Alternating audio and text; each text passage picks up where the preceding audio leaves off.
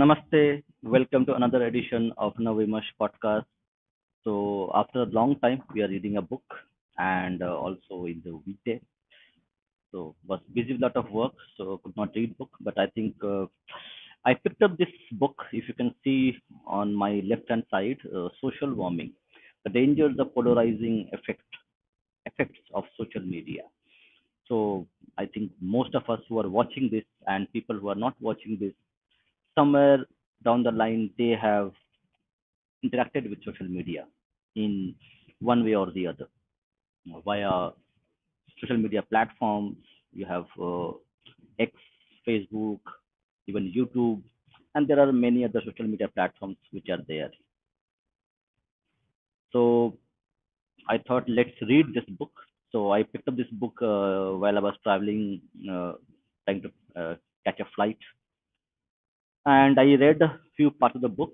So now, as a customary, let me just first share you the book where you can get this book. This is a very interesting book, a very timely book. There are many books written on social media, uh, surveillance capitalism. There are many other things, but this book is most accessible in terms of general people will be able to understand the dangers of social media and how there are unforeseen consequences of social media, which we do not see immediately, but they do have a big impact on our psychology, on our behavior, the way we connect with our family, our friends, our parents, everything. Social media is having a very great impact in our, especially on our social relationships, the relationship we have with our family or our friends or our colleagues as well. So let me just quickly go through this. Let me get the screen ready.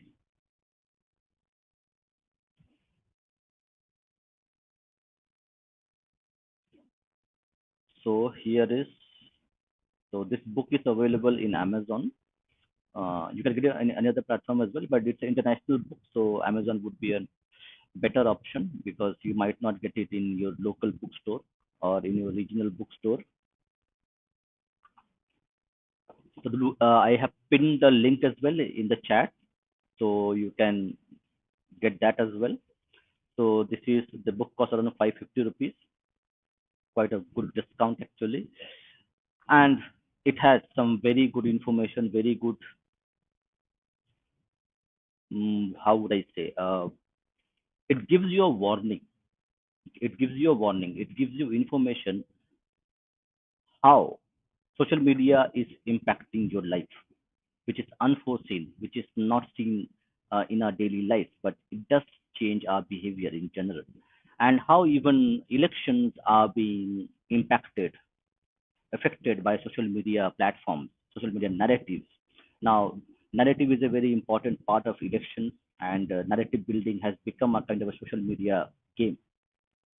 So, we will try to also take audience questions, and we'll request audience to, if they want to join, they can join as well. Okay, we'll request them to share their questions as well. But without any delay, let's go ahead and read the book. So,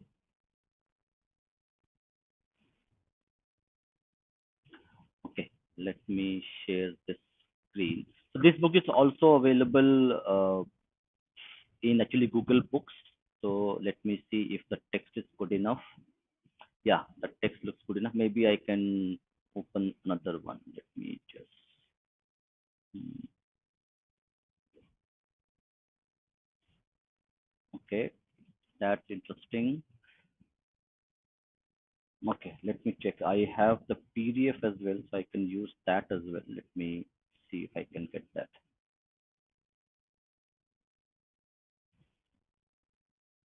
And then people will be able to come and join because we are coming live for a long time. Let's go through the PDF itself. It might be a better option. And if the audience is listening to this, they can just comment and see if they're able to read the text or not. So we will go through that as well. And is the audio is clear or not? Let me check the audio as well. Yeah, audio looks good. No issues. Let's start reading the book itself.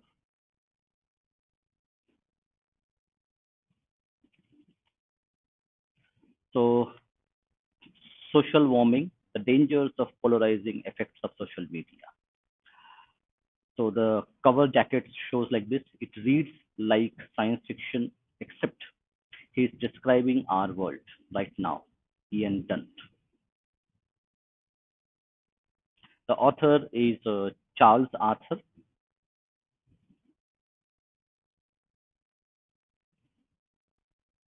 Now we're going to try to read the book. Now we're going to read the prologue first, and then we will go into the chapter number 3 called Amplifications and Algorithms. But let's go through the prologue first to get an understanding of the author. Prologue. The shape of the problem. Nobody meant for this to happen. Everything was meant to get better, not worse. In January 2007, Steve Jobs, Apple's then chief executive, held aloft a little device in his hand. This is a revolution of the first order to really bring the real internet to your phone. He announced until then the internet had largely been confined to PC. Only a few million people had an internet capable phone, and even they had limited capacity for viewing or interacting with online content.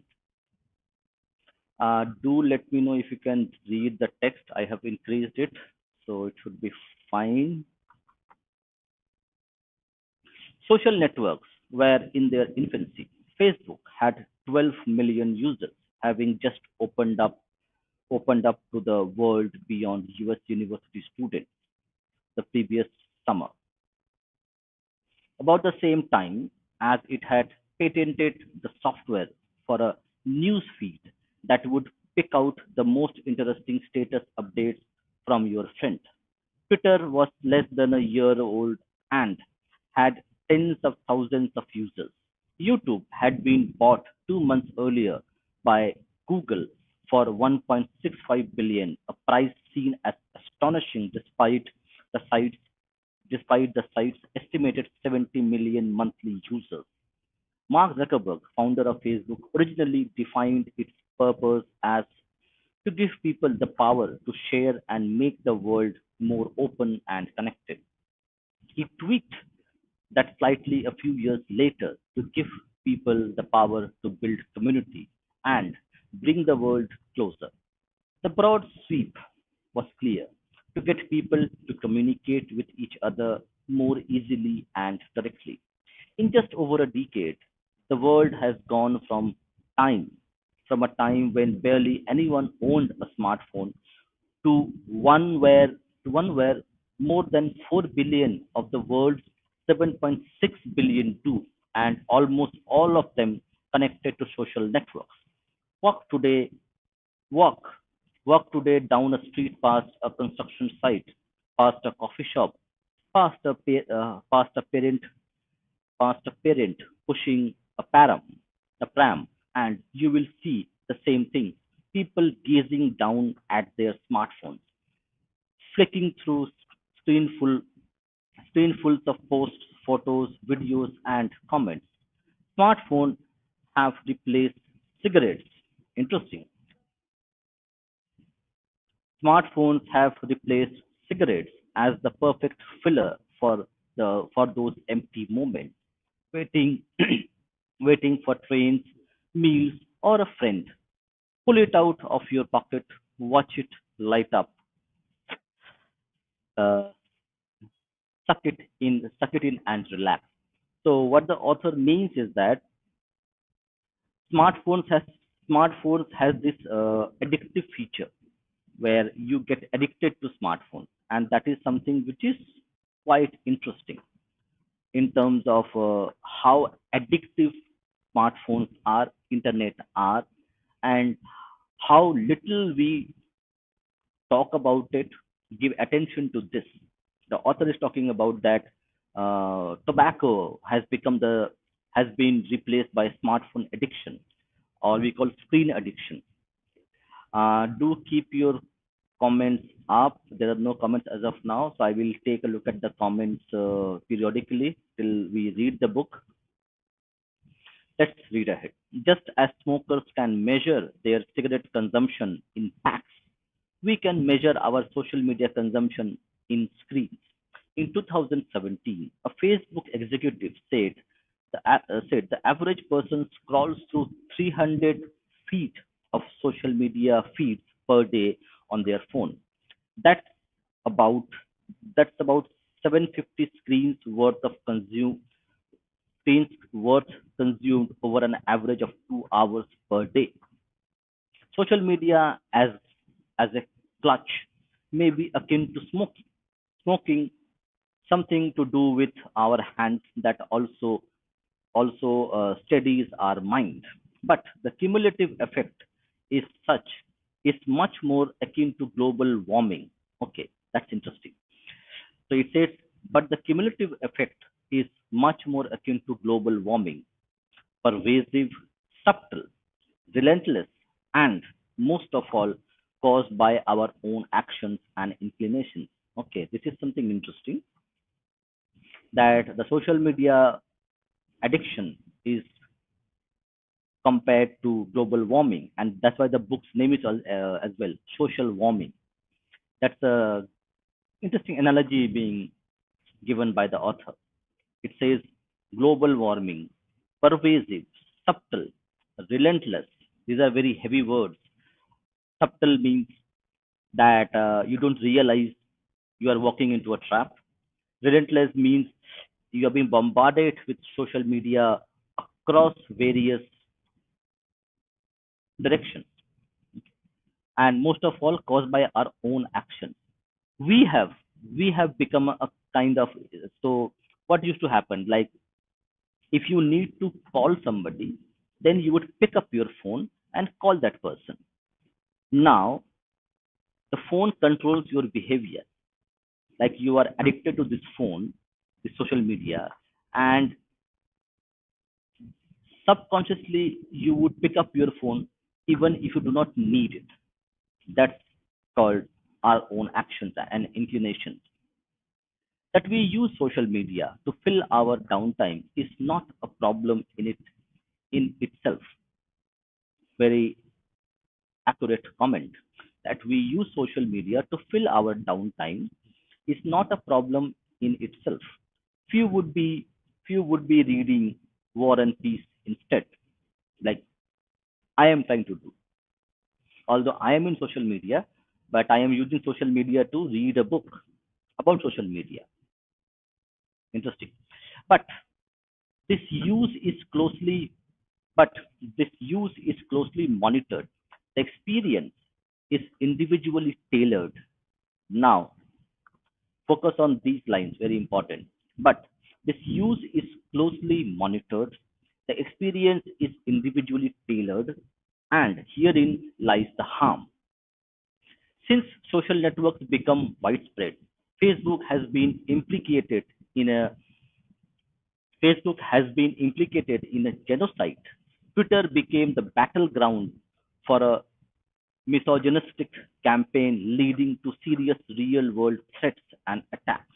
And YouTube has been accused of enabling the radicalization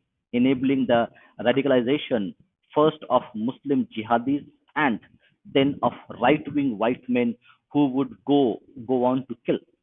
Women have received death and I'll not read that. Threats for campaigns about a banknote.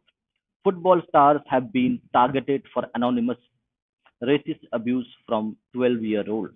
And two men who were brought together by an algorithm that spotted they were interested in the same topic started communicating in a Facebook group and decided to act.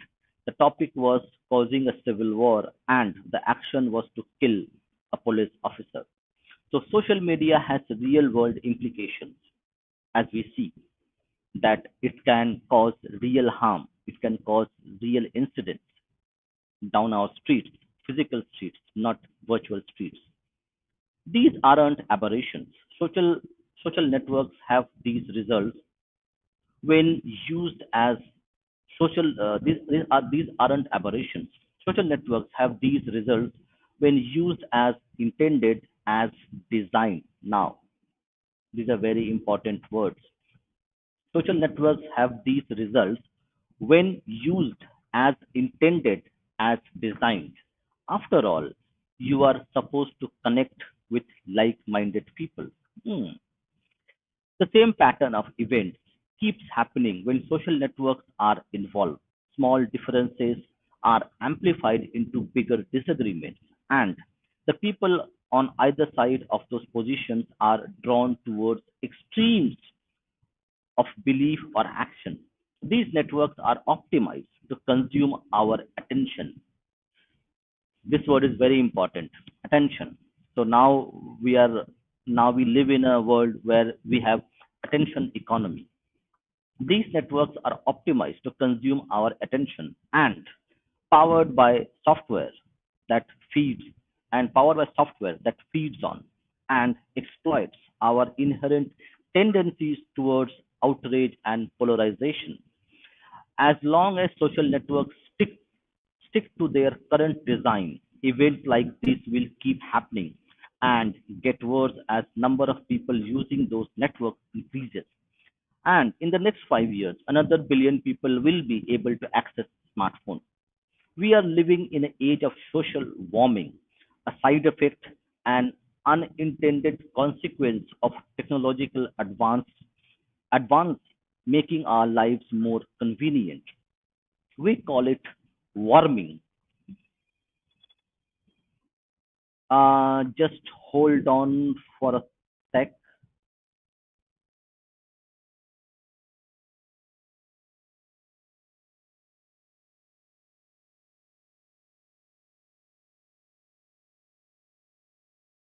Sorry, I had a phone call, so no problem. Cool. Let's go through the reading. We call it warming because it's gradual. Gradualism means we don't quite notice the point at which things shift for the worse. Now, this is important. We call it warming because it's gradual. Gradualism means we don't quite notice the point at which things shift for the worse. So correct. When we were reading this, we saw the word subtle. That how your emotions are being affected and most times manipulated to do something, to feel something, and you don't realize it that it is happening because you're consuming social media. So that's an important part of it. Social change isn't marked by abrupt shifts, but by almost im- by almost imperceptible changes in behavior and habits that are only obvious in retrospect. So your behavior, your change in behavior, your change in food habits, your change in your friends, your change in whom you talk to, what kind of topics you like, what kind of books you read, what kind of people you communicate with. These are all changes happening in a gradual manner, and you don't realize it. The change is happening until the change is visible and that boundary is already crossed. So it says obvious in retrospect. If you go back and analyze those events, then you realize, okay, I was reading this kind of books, and now I am reading another kind of books. To take a trivial example, photos. Films and photos from the 1940s 40s show almost all men wearing formal hats outside, which they raise, which they raise to which they raise to passing women, and everyone seems to be smoking. Nowadays, men don't wear formal hats and hardly anyone smokes, but there was never a single moment when men suddenly stopped wearing hats. Doing so just became less common as more people rode in cars, where a hat was an inconvenience. And interesting how behavior change happens. When people were not driving to office or to other location by a car, people would wear hat. But if you're wearing a hat inside a car, uncomfortable, and it's not very convenient. So slowly, the wearing of hats became little bit more uncommon, and after a decade or two, it became non-existent. But there was never a single moment when men suddenly stopped wearing hats.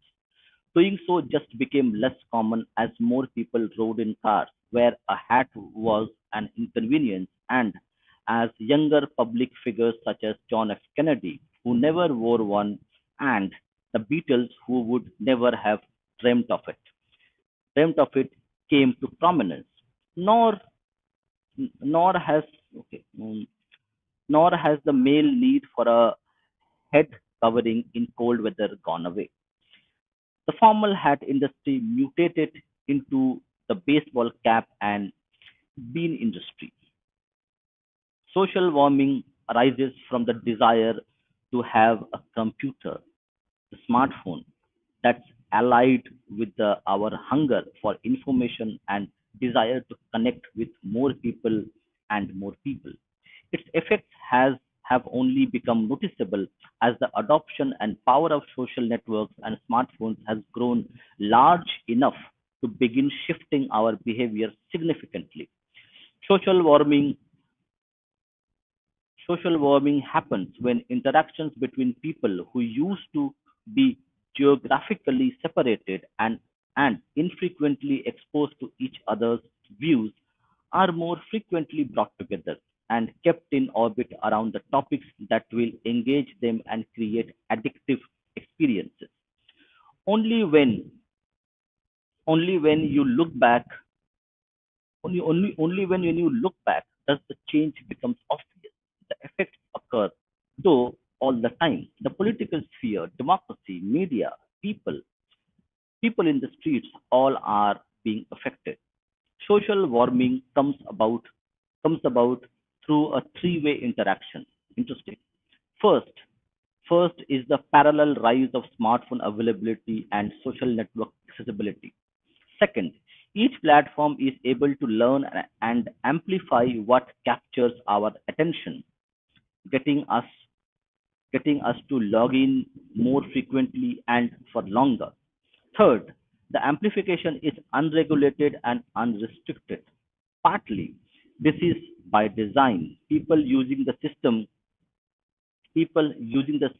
is good for business, and partly it's by management and partly it's by management fiat through a prescription against censorship. This repeated process of ubiquity, amplification, and indifference, and its continuation defines social warming. Without the platform, it couldn't happen. So, even if you have the smartphone, even if you have a cheap internet, you will not have this social media if you do not have the networks, the platforms. It couldn't. So without the platform, it couldn't happen. So it's a network effect. There are multiple critical parameters which create an impact. Without the amplification, we wouldn't notice it. Without the indifference to the effects, we wouldn't be exposed to them. And if it didn't keep happening, we wouldn't be so concerned. Yet there are signs that the wider public is aware of what's happening. That we glimpse it out of the corner of the eye. We know it's there, yet can't quite catch sight of it. In May 2020, the UK NGO okay, it says Dot Brian, which aims to get the whole of the UK connected, published its final digital attitudes report, looking at people's attitude towards technology. Among the findings was that Among the findings was this odd fact. People people thought the internet was better for them as individuals than for society as a whole. Okay, that's an interesting concept, interesting comment which has come. Let me see. Okay, we don't see a lot of people coming in, but fine. We'll read along, and if people have any questions, we'll try to answer them. Okay, that's an interesting comment we have seen. Among the findings was this odd fact. People thought the internet was better.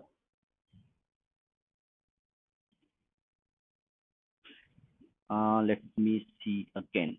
People thought the internet was better for them as individuals than for society as a whole.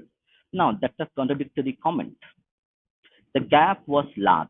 80% felt internet made life a little or lot better for them, but only 58% felt that the internet had had a positive effect on society. Okay, that's interesting. The gulf in attitudes was unchanged from the first version of the study carried out 2 years previously. What did what did what did that tell us? People say, I like the convenience. Okay, so now the author is interpreting the comments and the data which was shown, which was gathered by UK NGO, not everyone. Now the author is interpreting the data in a way where we can understand it. The gulf in attitude was unchanged for the first version of the study carried out 2 years previously. What did that tell us? Interesting. People say, I like the convenience of being I like the convenience of being able to do online shopping, but I worry I worry that my high street is suffering as a result. Catherine Miller, then not everyone's interim chief executive, told me, I think there is a sense that you get immediate personal gratification from these services through technology, but you see the societal impact. There's there's not a direct line between me doing my shopping in my pajamas at 2 in the morning and my my high street looking sad and shabby. But I think there is a sense that the accumulated impact on society are more obvious than the negative impact on individuals. Interesting. It says, but I think there is a sense that the accumulated impact on society are more obvious than the negative impact on individuals. Miller points to how conflicted Miller points to how conflicted we feel over this, even when it comes to social media. This is our infrastructure. This is our infrastructure. I could try and delete Facebook, but then I wouldn't know. Then I wouldn't know where my children's football match is taking place this weekend. My partner, my partner boycotts WhatsApp, which is a source of intense irritation to me because it means that I get all the messages about where the football match is taking place that I then have to copy and text to him text to him so he knows which pitch to turn up at. Her partner's boycott is principled one. She says he doesn't like the business. He doesn't like Facebook. He doesn't like Zuckerberg. He doesn't want it want it to be part of it. But she adds, I think that's a fairly niche view these days. If your focus is on social media aspect of things, I think it really is important to recognize the lack of meaningful choices. It means if you don't use social media, you are left with little or no choice. Ben Grosser, an artist and professor at the University of Illinois, points out that the companies rely on keeping us hooked because otherwise they would cease to exist. These companies have no value without people donating their time and their media to the system, he told me. So ultimately, what matters to Facebook, what matters to Twitter, At least what matters to their shareholders is that there's an endless stream of users, ideally, ideally an always increasing number of users who are staying on the platform as much as possible, putting content into it. That content insertion then produces the data they can use for advertising. You want to escape, but you can't. Even if you don't directly contribute to social warming, everyone around you does.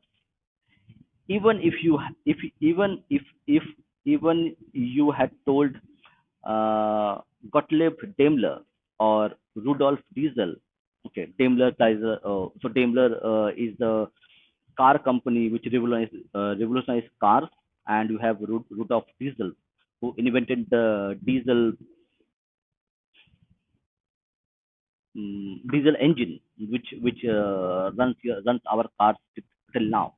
So if you had told Gottlieb Daimler and Rudolf Diesel in the 1890s that their designs for fuel-driven engines would, in little over a century's time, be held responsible for rising sea levels, catastrophic hurricanes, and the forced migration of millions of people, they would have struggled to believe you. Their intent was honest and simple. They wanted to build efficient machines that would be used by people to improve their lives. The steam engines of the time were horrendously wasteful, burning coal and bleaching out smoke. With fuel efficiency of less than 10%, petrol and diesel were more than twice as efficient. How could using less fuel be a bad thing? How could democratizing transport and making it more widely available be wrong? The automobile engine will come and then I will consider my life's work complete, Diesel once said. The inventors of internal combustion engine is called ICE, internal combustion engines. Modern equivalent, the social networks have similar Pollyannish aims. Facebook aimed to connect everyone. YouTube promised to let you broadcast yourself. Twitter would give everyone the power to create and share ideas. But embedded in the systems behind each embedded embedded in the systems behind each slogan was the mechanism to fascinate, outrage, and eventually antagonize. That third effect matters. Social warming shows up as polarization, whether political or cultural. It is a sort of social heat, creating the potential for friction in any interaction with someone you don't know, whether in person or online, but particularly the latter. And with those who do too, many people have had the experience of discovering that a relative is perfectly happy to be racist on Facebook and to spew misinformation that you would never expect them to utter face to face. Polarization isn't good for society because it creates barriers to a collective action that can benefit everyone. A classic example was in reaction in American states in 2020 to health measures that would reduce the potential for coronavirus infection. Because the public health discussion became polarized across party lines, some areas and groups ignored health advice about lockdowns and mask wearing. People died who might otherwise have lived. Yet, it's hard to intuit a connection between retweeting a snide remark or angry headlines and a country where half the population are unwilling to wear something public as a public health measure. Just as it's hard to make the connection between driving a car to the shops a mile away and melting of Greenland's ice sheets. Societies function best when they have common aims that bring people together, despite their destructive despite their destructive effects. Natural disasters and wars provide a common goal for which differences are put aside. But social networks are built around division. Very important point to be noted. Why social media has a lot of bad side effects. Social media, but social networks are built around division. They amplify differences by allowing every tiny variation in beliefs or interest to take on a life of its own. So, what author is saying that I might have a difference with my friend that French fries are good or bad. I might think, okay, this is good. My friend says it is bad. Now, what social media does, it amplifies that small bit of difference, which is doesn't really matter to him or me, because I am not forcing him to go and have French fries, and he is not telling me that you are not my friend. You are not my friend if you consume French fries. What social media does, it amplifies the small differences into blown up proportions, which creates friction among individuals, among societies. By allowing every tiny variation in belief or interest to take on a life of its own. Even more, the dynamics of the dynamics of self-selecting online groups will drive them further and further away from common ground with other groups whose views differ even slightly from their own. Rather than providing a medium for societies to unite, social networks actually work in the opposite direction by giving everyone a way to discover their differences. That is social warming, the background effect that gradually, subtly, and insistently makes people concentrate on their differences rather than what they have in common. But wasn't it always? But wasn't it always like this? Isn't online interaction always more heated than real life and nothing comes of it?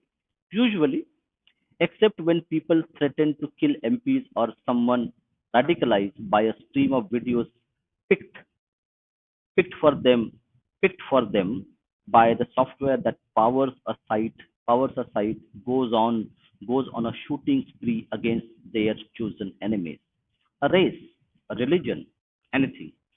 At that point, something has evidently changed, and the online world where things don't matter and it's all just words on a screen is bleeding into is bleeding into the offline one, where you really can drop things on your foot.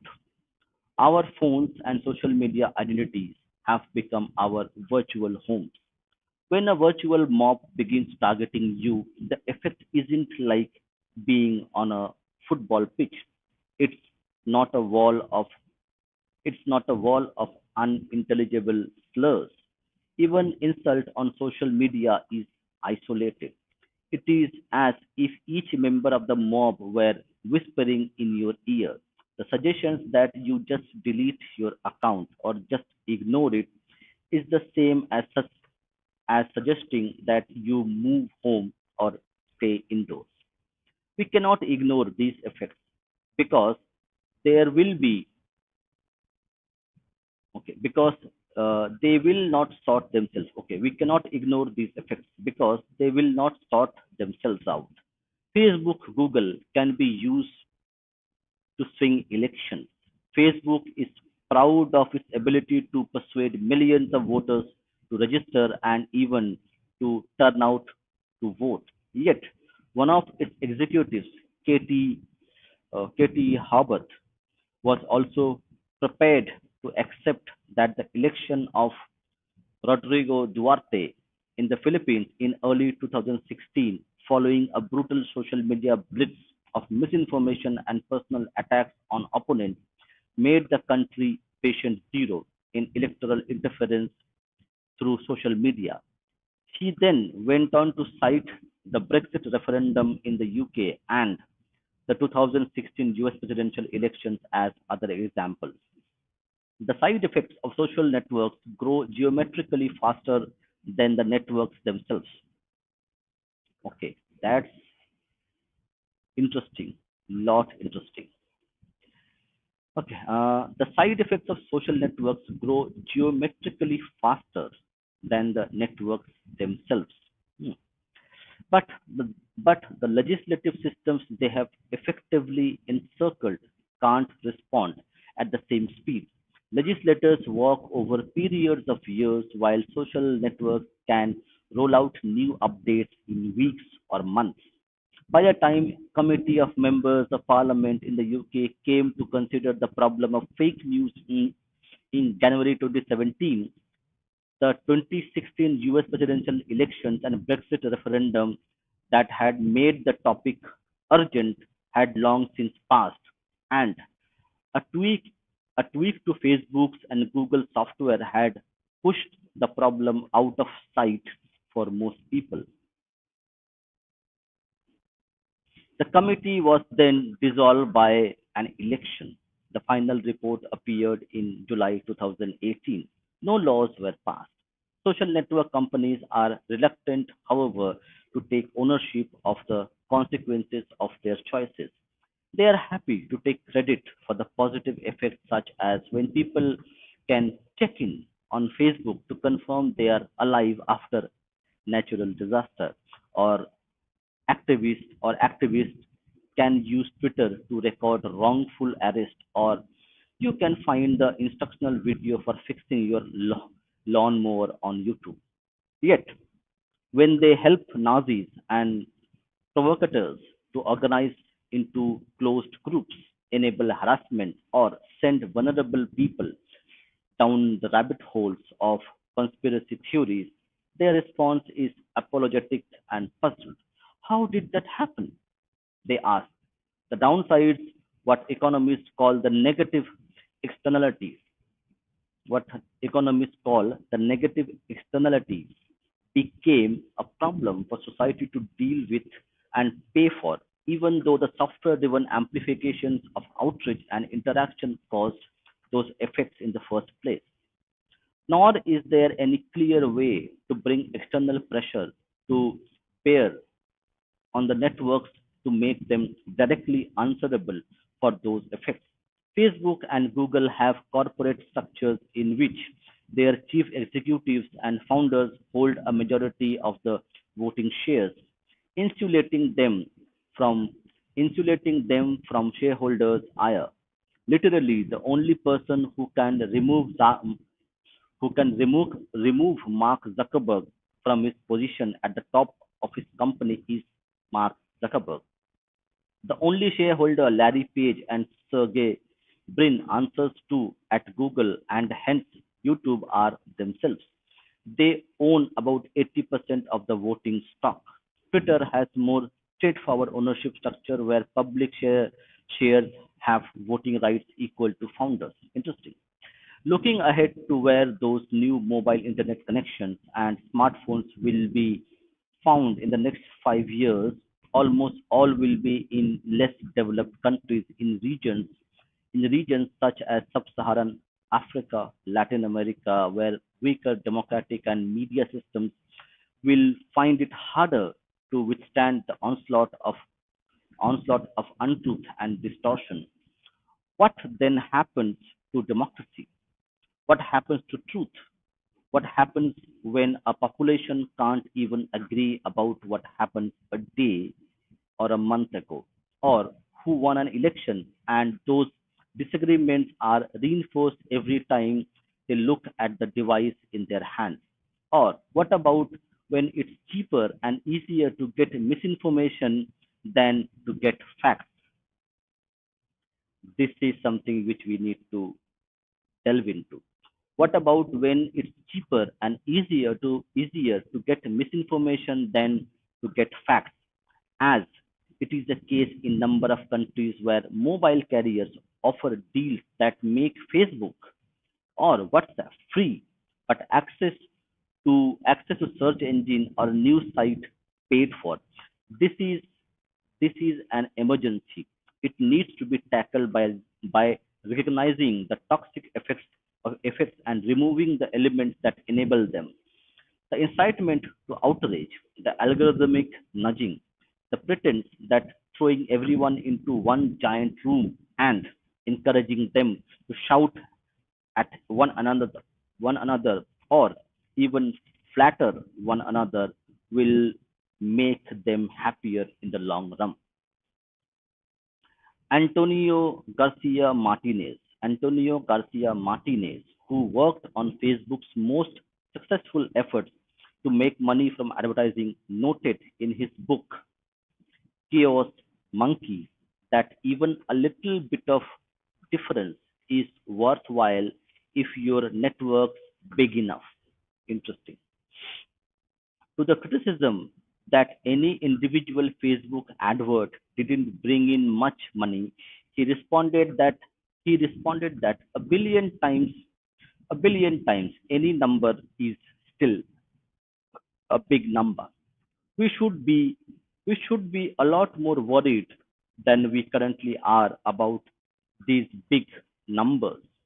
Only then we stand a chance of figuring out what to do.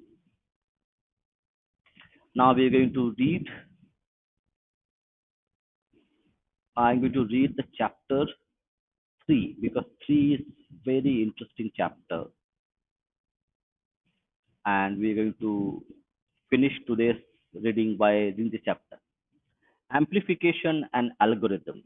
The watcher beneath your screen. An algorithm is a fabulous name for something simple, a set of rules.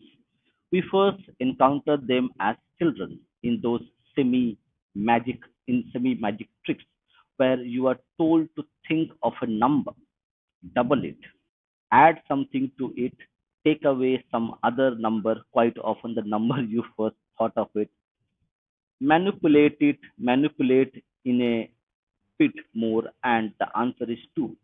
Follow the rules and the outcome is certain. Algorithms are everywhere in computer algorithms are everywhere in our computer programming. Knitted together, they produce programs of incredible complexity that can even be self-adjusting, tweaking themselves to account for changing imbalances between their input and desired output. So, in the above example, you will tell it the number you wanted to get, and the algorithm would change the equation to achieve that outcome. Or they can appear to mimic intelligence. If you train a machine learning system as machine ML systems, also known as neural network, because it can behave like a collection of nerve cells in the brain. By showing it a set of 10,000 videos containing cats and then another 10,000 that don't, it should be able to tell whether or not a previously unseen video features a cat. At that point, the ML system is not using anything as simple as a fixed recipe. Instead, it is more like a cook who searches for the perfect meal by constantly varying the ingredients in dishes and closely monitoring how eagerly diners eat them up. Although, to extend the analogy, the self-adjusting element means you can't look into the kitchen to find out how the meal was cooked. Even even even for the creator of the system, all you know is what you get and what ingredients may have gone in. ML systems are also improving rapidly. In 2013, the British company DeepMind set up a ML system connected to a number of video games such as Pong, two-dimensional table tennis, and Breakout, bouncing a ball of a paddle towards a wall of bricks. To master Breakout, the system was given control of the screen paddle and simply told that a higher score was better with no hints on rules, strategies, and tactics. Within 50 hours, it could play Breakout and some of the other games better than human assigned to the task. When I visited the DeepMind office not long after, A friend who worked here told me, yes, we really do. We really do have a guy whose job is just to play Atari games. The algorithm improves exponentially in 2015, a year after Google had bought DeepMind for its ML capabilities. A descendant of the breakout beating program called AlphaGo defeated the human world champion at Go. The Chinese game played on a 19 is to 19 board by 4 to 1 in a 5 match series.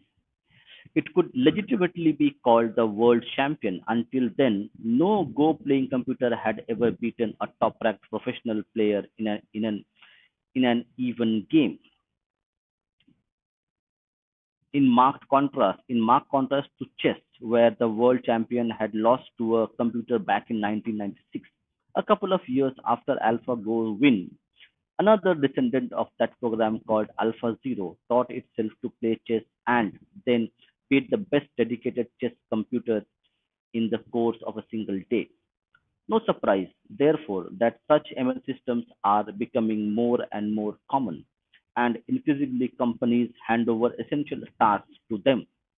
On Facebook, on Facebook, ML is the technology used to drive suggestions to pages you might like or people you might know. According to Annie, Annie L. on the company's corporate careers page, the newsfeed team works on machine learning algorithm to surface the most relevant stories from people and pages in your connections.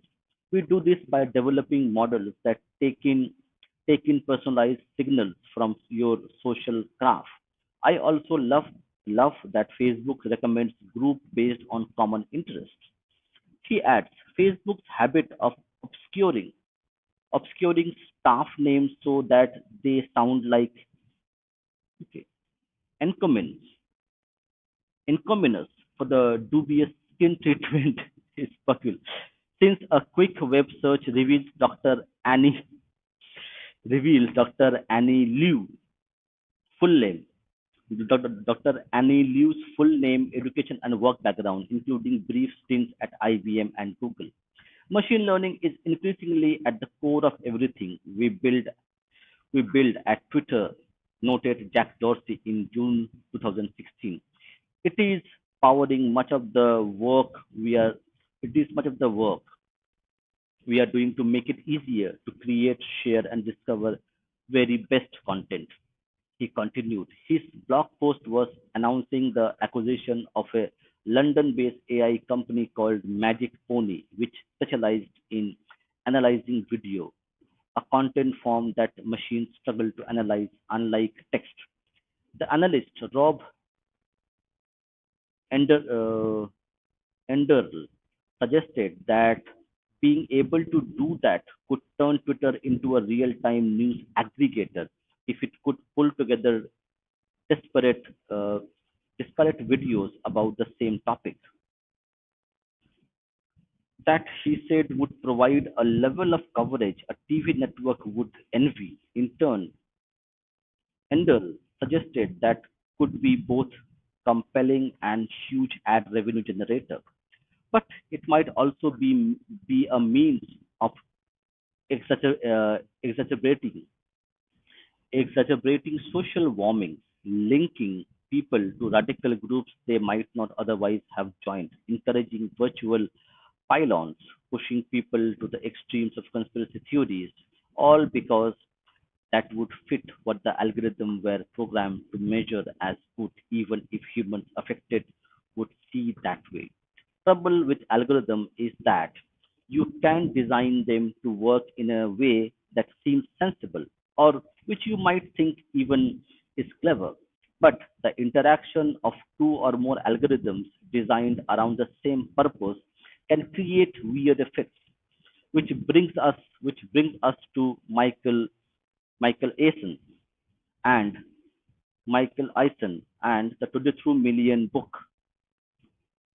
Eisen is a professor of computational biology at the University of California, Berkeley, and one day in 2011 was alerted by one of his students by one of his students to the price of a textbook on Amazon. Students often complain about textbook prices, but this was different. A fresh copy, a fresh copy of an out-of-print 1992 textbook about fruit fly genetics was being offered for sale by one of the third party sellers who use Amazon's platform virtual virtual shopfront. Other sellers were offering used copy for about $35, but the seller of the virgin book minor had more ambition, had more has more ambition, had more ambitious price of 1.7 million plus 3.99 shipping charges. Clearly, they weren't going to leave money on the table. Interesting. That would have that would have been eye-popping enough. But another third-party seller was also offering an unused copy of the same book. Their price 2.1 million plus yes 3.99 shipping.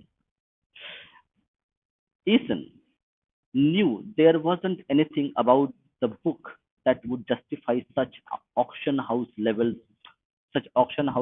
of pricing.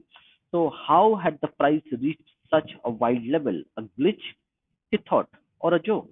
Next day, he reloaded the page to see whether the prices had been corrected. Not at all. Both prices had gone up, and over the coming days, they kept going up. After a while, Eisen detected a subtle but deterministic pattern. Most of the time, bookseller A was exactly 27% more expensive than bookseller B. But once a day, B raised its price to within 0.0% of A's price. Later in the day, A would hitch its price upwards and re-establish the previous gap of 27%. Next day, B would again edge up to within 0.7% of A's newer price, and so on. But why? Eisen eventually decided it was an algorithmically driven sales tactic in the face of scarcity by two systems operating without any knowledge of each other. So here the two system means seller A is one system, seller B is one system. Interesting. This is something I never heard before. The rules they were using are simple to state.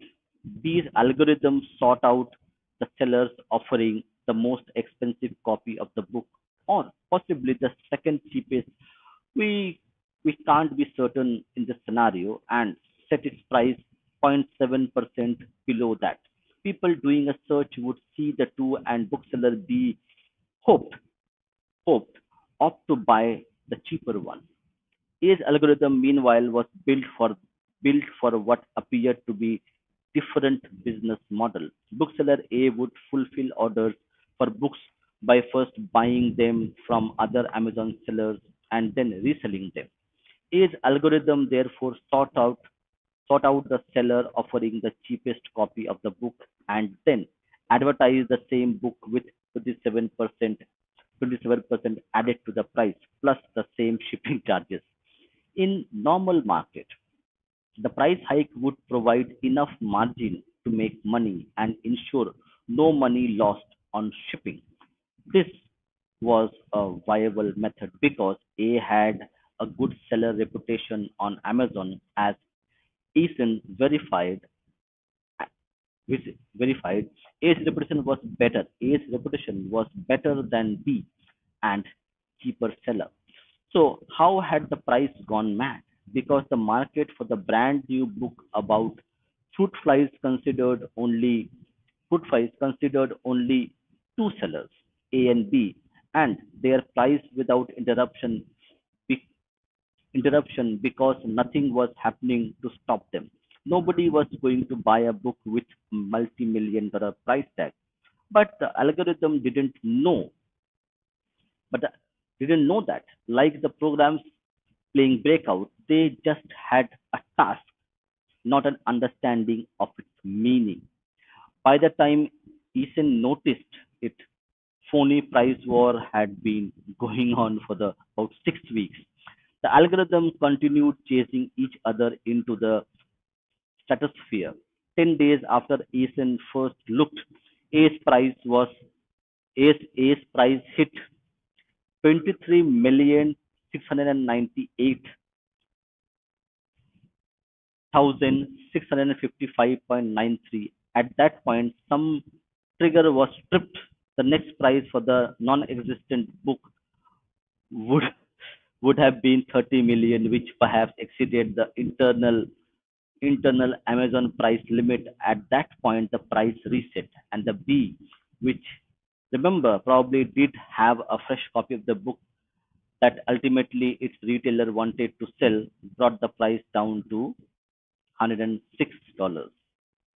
Predictably enough, a, a set its a set its price of 27% higher at $134.97 in mid 2019. The prices for new copies range from 59 to about $118. A year later, there were only two sellers at 57 and 66. None was none was the one Eason had documented, though perhaps one of them had bought B's virgin book and was now reoffering it. That ability for algorithm with apparently sensible rules to spiral out of control when unsupervised is what scares many people who work closely with them. We keep giving bigger and bigger responsibilities to more and more complex algorithms because the tasks that we are trying to manage are getting bigger and bigger.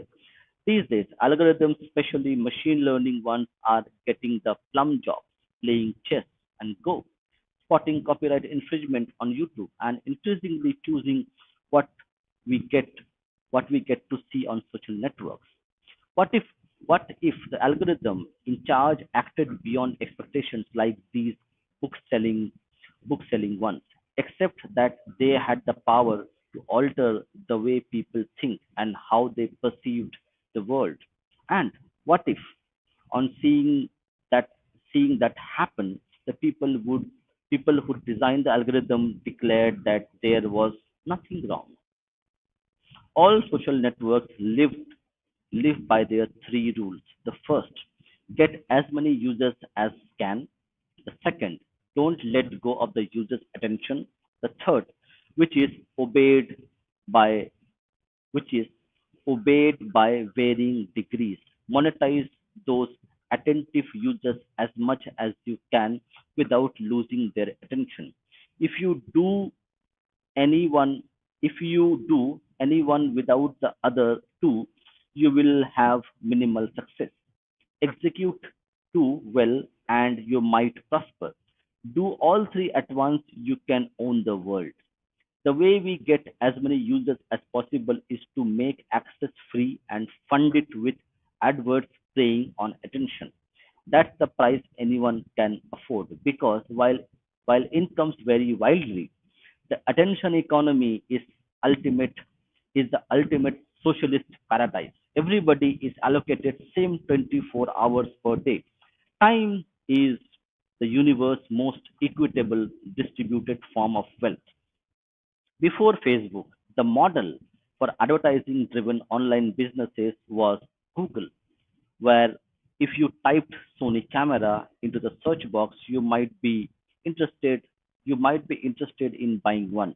So it made sense to show you adverts about Sony cameras or other cameras because you might be persuaded to change your mind. Google introduced an auction system for those ads called AdWords, which took off and made lots of people, especially at Google, rich. Facebook planned to do much the same, but because people wouldn't be searching for items they wanted to buy, people's desires would have to be inferred from combination of things: their personal profile, the things they spent time looking at, the people they connected with in time. Facebook would buy huge amounts of data about its users users from credit checking companies so that advertisers would target them better.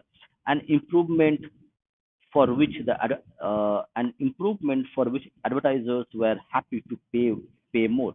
But the basic premise remained the same between Google and Facebook, Twitter, Instagram, and later Snapchat.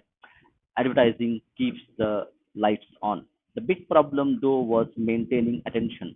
Like TV networks in the past, every social network looked for the magic hit that would maximize the amount of time people spent with them. That entailed becoming as addictive as possible. How would you, how, how though, do you create an addictive experience from the random things people type into a status box asking what's on in what's on your mind at the time people had to go and look at their friends wall to see what had been written there. How could you instead bring the most interesting content to people? That was the puzzle that group of group that a group at Facebook was chewing over ahead of the sites opening up beyond college users in 2006. The prevailing method of showing content to users was the chronological, reverse chronological series by then common in blogs. The top of the page showed the most recent item posted by your friends. The second was the next most recent, and so on, back through history. The format is easy to generate from a database, as all that is needed is the timestamp of the post to output them in their order. But it's uh, vulnerable, it's vulnerable to overload. Even if you only limit the potential posts to the past week, the average user with the average number of friends could be shown any of 15,000 different pieces of content from friends, groups they belong, and to pages they have liked.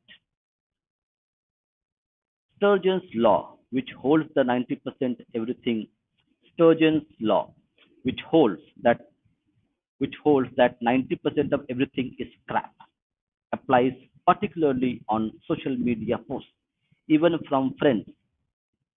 Zipf's law, the 80-20 dynamic also applies. In any large enough group, some people will post a lot more than others. If someone boring is churning out their 15th post of the day about potholes in the roads, you might not care, they are but they will dominate the reverse chronological format. Pretty soon you will grow bored and move on to the something else, perhaps Twitter. Facebook realized that its busiest users could actually be the biggest challenge to growth. The problem resembled that of a search in the years before Google, and when search engines ranked sites ranked sites based on how many times they use a particular word or a phrase. The noisiest pages would appear top in search only when Google began ranking sites using PageRank algorithm, which measured how pages pointed to each other as a measure of their perceived authority. Did web search become effective? The group at the group at Facebook, which included Mark Zuckerberg, Aaron Sittig, and Adam Mosseri, and others, devised a system that revolutionized social media posts in a way comparable to Google and search 10 years earlier. They called it EdgeRank. Interesting. A cheeky poke at the giant company and created something that would wipe rivals of the rivals of the web. EdgeRank was a system that considered each piece of content, which Facebook called an object. The object's edges were given values, your relationship to the poster, friend, family, the type of content, text, photo, video, how you had responded to an object like that previously, how many interactions the object already had, how old it was. Every edge value also had a weighting that influence how likely the system was to show that object to you. Just as Google's PageRank aimed to solve the problem of picking the site from the web's vastness that best answered any particular search, Facebook EdgeRank aimed to solve the fundamental problem that as a social network grows and connections between its members grow, the number of updates that could be shown to anyone tends towards infinity. Zuckerberg had and his colleagues saw the edge rank system as so important that they filed for a patent, which was later granted in March 2009. It won't expire before December 2030. Introducing Newsfeed, the product manager at the time, Ruchi Sangfi, wrote that the features it would bring are not only different from anything we have had on Facebook before, but they are quite unlike anything you can find on the web. Okay. Oh, okay. So we have a question from what kind of engagement are we talking about? The self-inflicted pain one or the algorithm-inflicted one? Okay, interesting question. What kind of engagement we are talking about? The self-inflicted pain one or the algorithm-inflicted one? I think we're talking about the algorithm in general. So it's it has little bit of technical content, but a very accessible book. Cool. Okay, if you have any other questions, you can ask. And let me now do something interesting. Let me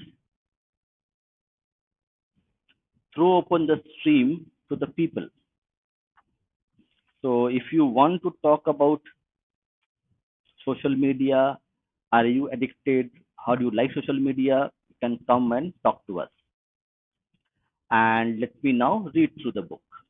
It's very interesting to read, but I will stop reading book in about 15 minutes, and then you can ask your questions and come on the stream and talk about it.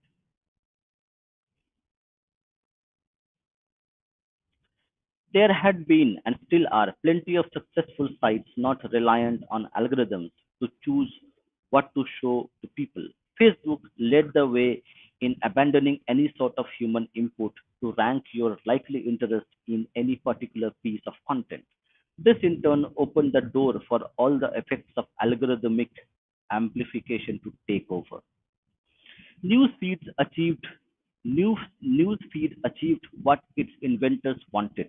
People were able to much more easily find content they wanted. Yet, its introduction in September 2006 was such a dramatic shift from what Facebook users had been used to seeing that many protested. Their friends activists were brought their friends' activities were brought to them unasked. They felt it was intrusive compared to what had gone before. Now, they were told if two people had just become friends, that someone liked a TV show or that someone else had just changed from being in a relationship to a single, many early users found it overwhelming. Dana Boyd, the sociologist, observed that the change meant Facebook is giving me the gift of infinite gossip, but I don't want it. Facebook says the news feed is here. The news feed is here to stay. This makes me sad. I understand why they wanted to provide it. I understand what users are tempted by it. But I also think that it is unhealthy and socially disruptive. I also think that it will be gamed. Now, what is gamed? So it's called gamification. So if you play a game, you have rules you play by. And if somebody is able to get the rules, understand, like he can actually then change the game's outcome by following rules without achieving what is meant for. That's called gamification. That you can uh, impersonate a great cricketer just by knowing the game of cricket well, how it is played. It's called game. So if you correct, you would know correct. You will see SEO, search search search engine optimization. That is called gamification of search engine optimization, where you manipulate the rules or manipulate the rules in a way, or you create inputs in such a way that your search product becomes number one on Google. That is called gamification. By 2011, Facebook had grown so vast that the simple rules that had been hard coded in with EdgeRank weren't sufficient to satisfy the demands of holding hundreds of millions of users' attention. They were all too subtly different. It switched instead to an ML system that weighed as many as 100,000 different elements of an object in deciding whether to show it or to someone. One important element in that decision was how much other people interacted with content, said Lars Backstrom, the engineering manager for newsfeed ranking in 2013 interview. If 100 users were shown an update and only a couple of them bothered to interact with it, commenting, liking, we may not show it to your newsfeed. But if a lot of people are interacting with it, we might decide to show you, show it to you. So this is called gamification. If you can gather enough people to like, comment on a content artificially, then you can game the system to make the content go viral and be shown to everybody. And they might not like the content at all because they have been told to do so. So this is how gamification happens. Facebook even used Facebook internally to run the company as it grew. Communications between managers and the staff were increasingly handled through ring-fenced version called Workplace. I think we would have seen the Workplace ad when people were using Facebook. I don't use it anymore. Okay. Of the same called Workplace of the same system that ordinary users saw. In a hint of troubles to come, some employees learned how to game the game the system so their complaints or requests would be noticed by managers, express themselves more bluntly express themselves more bluntly that they were more likely to be distributed in the feed. The same system was used to create the advertising system. Micro targeting used the same functionality as the news feed, except that advertisers were paying to reach people rather than post, posting and hoping people might see it. The advertiser could specify, say, that they wanted to be seen by men over 50 who lived in Pennsylvania and owned sports cars, and Facebook would show them the ad to them. One important wrinkle was that the price of the advert depended not only on how many people it would be shown to, but also on how attractive Facebook's ML system thought the advert would be to that audience. Adverts adverts judged more interestingly were adverts judged more interesting were less expensive. Okay, that's interesting. Adverts judged more interesting were less expensive because they would maintain people's attention on the site. Self-fulfilling prophecy. The game was all about attention. After all, boring content, even paying adverts, didn't fit the bill. But the newsfeed content can do more than just hold attention. In June 2014, the Proceedings of the National Academy of Sciences of the United States of America published a paper with a surprising title: Experimental Evidence of a Massive Scale Emotional Contagion Through Social Networks. Even more surprising was that the lead author, Adam Kramer, worked at Facebook and had run an experiment using 700,000 of sites users as unwitting lab rats to see whether their emotions could be affected by changing what was shown in their news feed. The work built on earlier social science experiments that had found that among personal groups, mood was effectively contagious. Happy people could spread happiness, gloomy people could make you gloomy too. The basis for that the basis for that was 20-year-long study on the non-electronic societal network of more than 4,000 people. Kramer, with two co-authors from Cornell University, confirmed that the Facebook statuses could do the same. They found that if you took away the happy posts from people's news feeds, they responded with gloomier posts themselves. If you look away, if you took away, if you took away the glum posts, leaving happier ones, people cheered up and responded in kind. The finding might seem obvious, but establishing it scientifically mattered, at least to Kramer and his co-authors, because if science is about anything, it's about demonstrating whether things that seem obvious are actually true. Often they aren't. Proving that electronic social networks could generate the same effect as physical interaction was good news, wasn't it?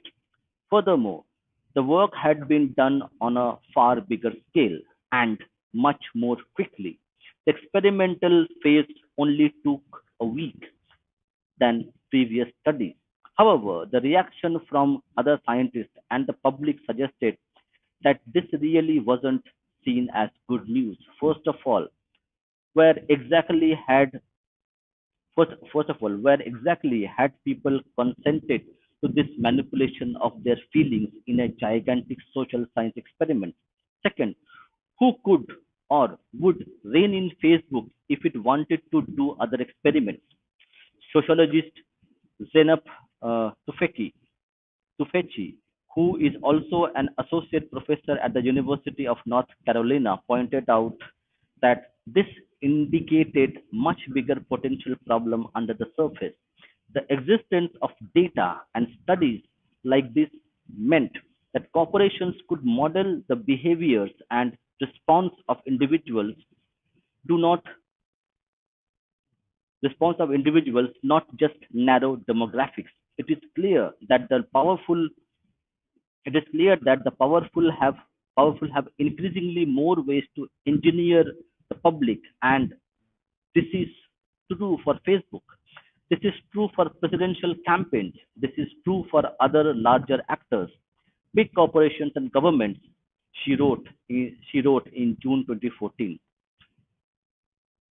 Jim Jim Sheridan, okay, Jim Sheridan, an MP in the UK Parliament, told the Guardian newspaper, "I am worried about the ability of Facebook and others to manipulate people's thoughts in politics and other areas. If people are being thought controlled this kind of way, there needs to be a protection, and they at least need to know about it." Tufekci agreed. "I say we should care whether Facebook can manipulate emotions or voting behavior, regardless of the merits or strength of finding of one study." After such thorough roasting, Facebook rode back hurriedly on the idea of running any more such studies. Kramer did publish a long defense of the work, saying he felt it was important to investigate the common worry that seeing friends post positive content leads to people feeling negative or left out. Facebook argued that people had consented to the studies by accepting its site's terms of use, which included the phrase, "We use the information we receive about you for internal operations, including troubleshooting, data analysis, testing, research, and service improvements." Research, it said, research, it said it right there, didn't it? But this wasn't just observation, it was manipulation. And in the scientific world, that requires informed consent, which hadn't been properly acquired.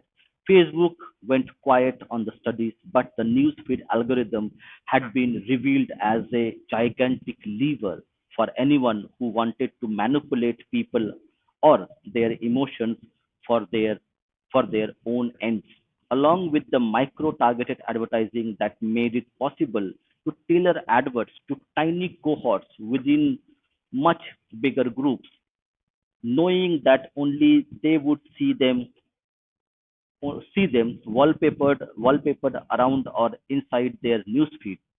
The site's news algorithm had turned into a sort of rat maze. Once inside, you might become the subject of a giant experiment that you couldn't perceive from your vantage point. The algorithm could shift your emotions as Facebook or a savvy manipulator wanted, and you couldn't even be aware what was going on. Subtle, smooth, analog, social warming quietly at work. The problem overlooked by those who rely so heavily on algorithms, including ML systems, is that they are immoral. They are immoral, both in the sense that they do not know what morals are, and they will act in ways that humans, aware of what we see as rules, will interpret as callous and transgressive.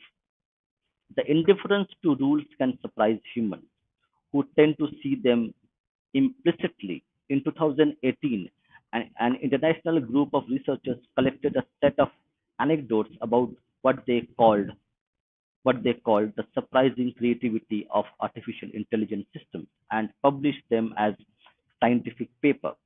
Many of the examples were amusing, even delightful, in demonstrating how the programs had circumvented the rules of the programmers thought they had set.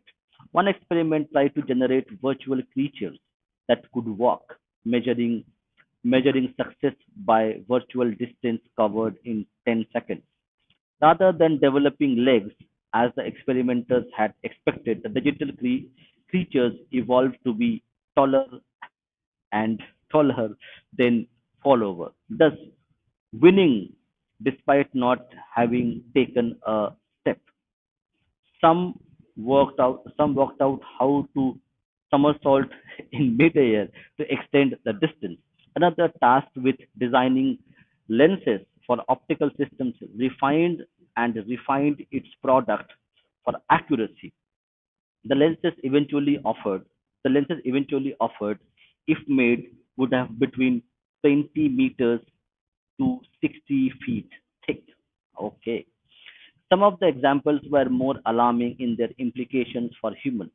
One project sought to evolve an algorithm for controlling landing brakes landing brakes for the arresting gear on aircraft carriers.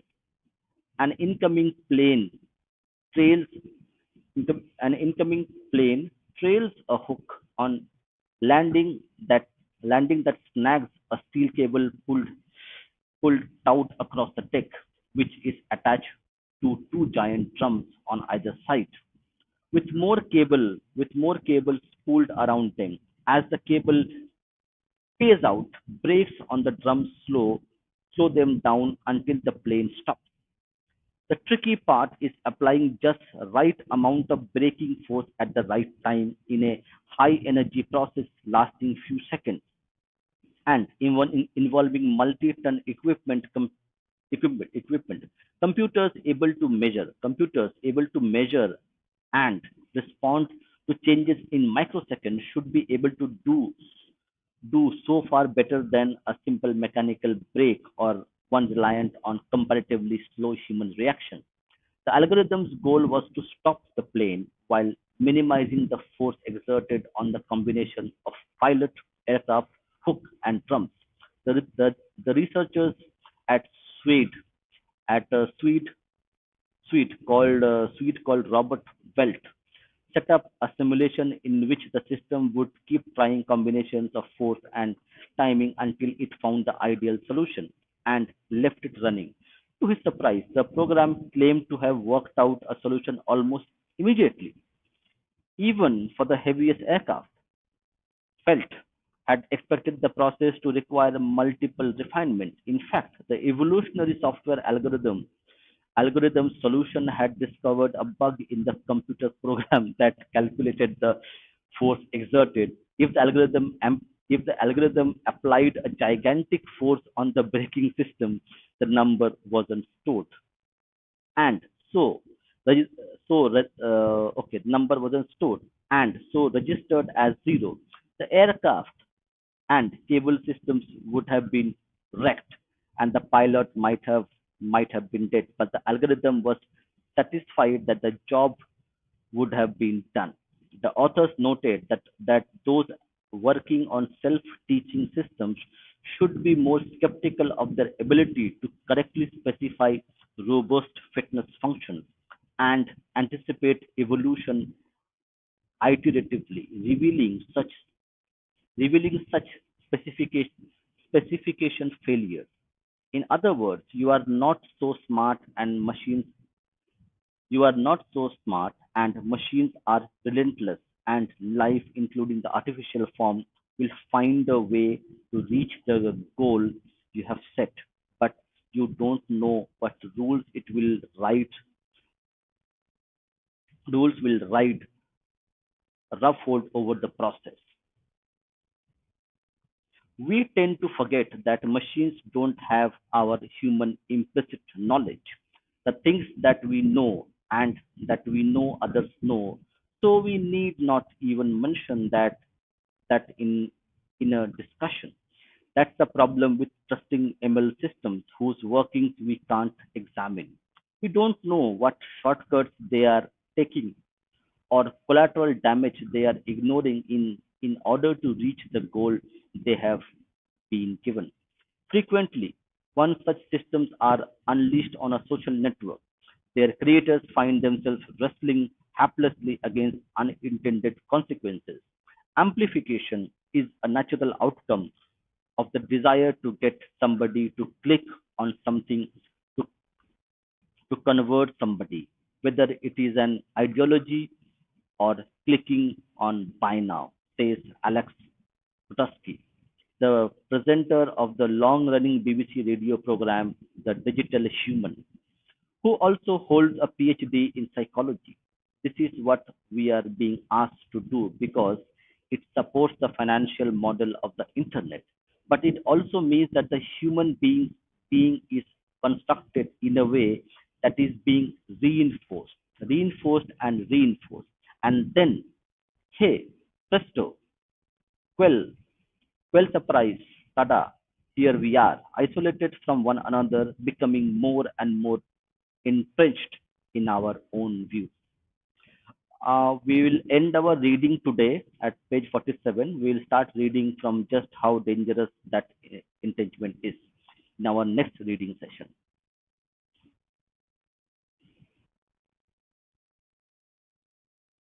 Okay, it is interesting. Okay, we don't have a lot of people asking questions. Okay, and we have one question. We are talking about holy matrimony. Okay. Mm, mm, no, actually not. If you can specify the question, I will try to answer.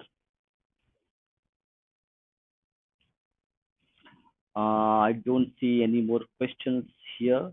So, but I will wait for a few minutes till people are asking some question, and then, or else we will end our session for reading today.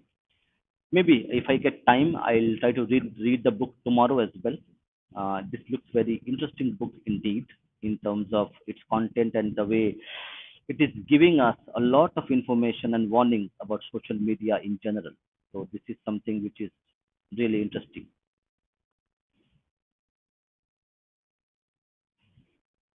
Anyway, all good. Let me see if anybody has any more questions. Hmm. Not Not too many questions. Anyway, we will maybe get some more questions in our next reading session. It's a new book. Cool. So, thank you everybody for listening to this reading session, and join us maybe tomorrow again. I'll try to read the book and few more pages of this book. Thank you. Jai Shri Ram. Vande Mataram. Yes, I will try to read more of it. This is something which is very important topic.